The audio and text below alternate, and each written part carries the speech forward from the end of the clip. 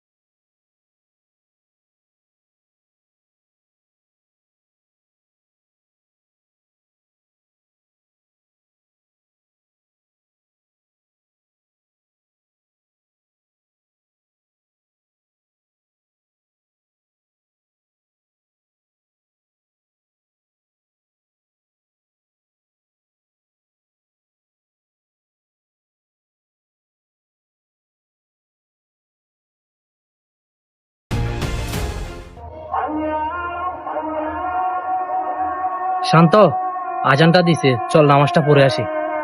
আরে ভাই, তোর নামাজ তুই পড়তে জানা, এত জ্ঞান দিচ্ছিস কেন? যা তো। ভাই, মসজিদের সামনেই তো বসে আছো, চল না, কাজ তো নাই, নামাজটা পড়ে আসি। কিরে, তোরা মানা করছিলাম না আমাকে জ্ঞান না দিতে? মানা করছি না? তোর নামাজ তুই পড়বে না, যা যা যা। আল্লাহ, নামাজ পড়ার জন্য ওকে বললাম, এর হেদায়েত দান করুন।